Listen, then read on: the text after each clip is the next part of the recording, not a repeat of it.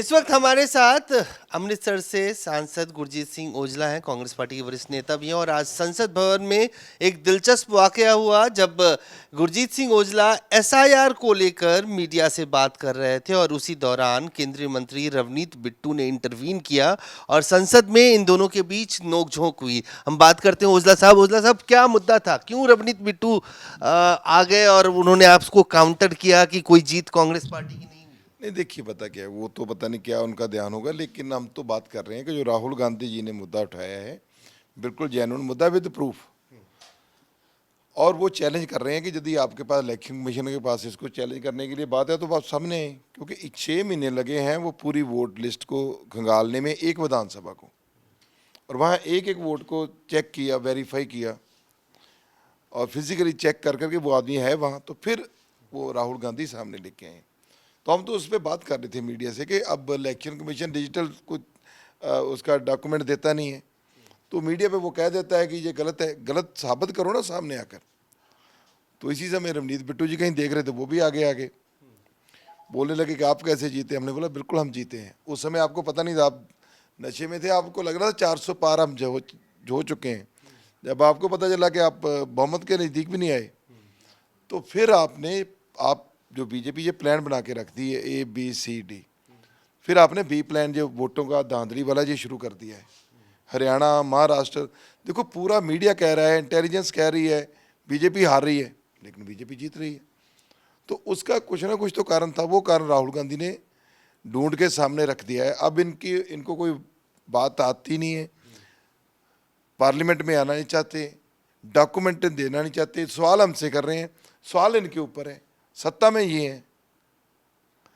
सवाल तो कोई सत्ता को होते हैं ना, दूसरे को नहीं होते। तो रवनीत बिट्टू जिस तरह से आए उसको आप किस तरह से देखते हैं कि सामान्य तौर पे संसद में एक परंपरा है कि कोई भी राजनीतिक पार्टी के आदमी अगर कोई सांसद मीडिया से बात कर रहा है तो कोई दूसरी पार्टी का आदमी नहीं आता। इस तरह से इंटरवीन करना क्या जानबूझ के नीचा दिखाने की कोशिश या अपना पॉइंट स्कोर करने की कोशिश? नहीं, नीचा की नहीं। वो बेसिकली बिट्टू जी, क्योंकि अभी उनको दोबारा राज्यसभा की, क्योंकि 2 साल के लिए है मेरा ख्याल है, तो वो बढ़ाना चाहते हैं, इसीलिए वो थोड़ा बहुत इंटरवीन करके दिखाते हैं कि हम लाडले हैं बीजेपी के। लेकिन वो बीजेपी वाले इतने मानने वाले थोड़ा इतनी जल्दी। तो बिट्टू जी को और कुछ बड़ा हमारे इंगेज करना होगा, फिर वो मानेंगे। चलिए जल्दी से एक और विषय, लैंड पूलिंग को लेकर जिस तरह से हाई कोर्ट ने फैसला दिया उसको किस तरह से देखते हैं? क्या एक बड़ा सेटबैक है? बिल्कुल, लैंड पूलिंग का जो फैसला है लोकहित में आया, हाई कोर्ट का फैसला। देखो 40,000 एकड़, आप 50,000 एकड़ कैसे कॉलोनी बसाओगे? एक सिटी के पास 1,000 एकड़ कॉलोनी काटी जाए। हमारे जो सिटी डेवलप हुए हैं उसको बसाने में 30 से 35 साल लगते हैं, तो 50,000 एकड़ कौन लेगा? ये तो खाली लैंड आप करा के रख दोगे लोगों को, फिर लैंड यूज चेंज नहीं होना। वो अब जो नोटिस हो गया है वो मतलब उसको वापस नहीं ले सकती सरकार। उसको वापस करने के लिए आपको विधानसभा में जाना होगा। तो ये सरकार की जो अनप्लैंड और गैर तजर्बेकारी है वो सामने आ रही है, लोगों को परेशान कर रखा है। लोग बहुत परेशान थे। तो लोगों की, मैं मानता हूँ कि हाई कोर्ट में लोगों की जीत हुई है, लेकिन अभी हाई कोर्ट ने 4 हफ्ते का वक्त दिया है, उसके बाद हाई कोर्ट को सख्त स्टैंड लेना चाहिए इसमें।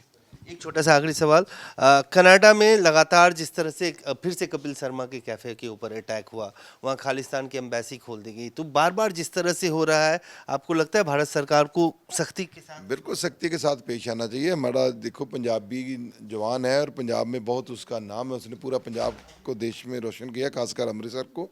और ऐसे लोगों को प्रोटेक्शन सरकार को देना चाहिए।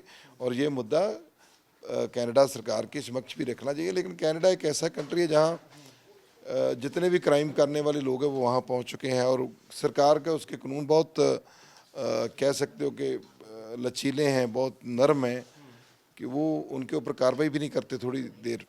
बहुत ज़्यादा लंबा प्रोसेस है उनका, इसीलिए उनको वहाँ फ़ायदा मिलता है। लेकिन कपल के लिए ये जो हो रहा है बहुत बुरी बात है, मैं इसकी निंदा करता हूँ। धन्यवाद। साफ तौर से ओजला साहब कहते हुए कि जो कुछ कपिल शर्मा के साथ हो रहा है उसकी सख्त निंदा करते हैं। कैमरामैन फिरोज के साथ अजय झा, दैनिक सवेरा, दिल्ली।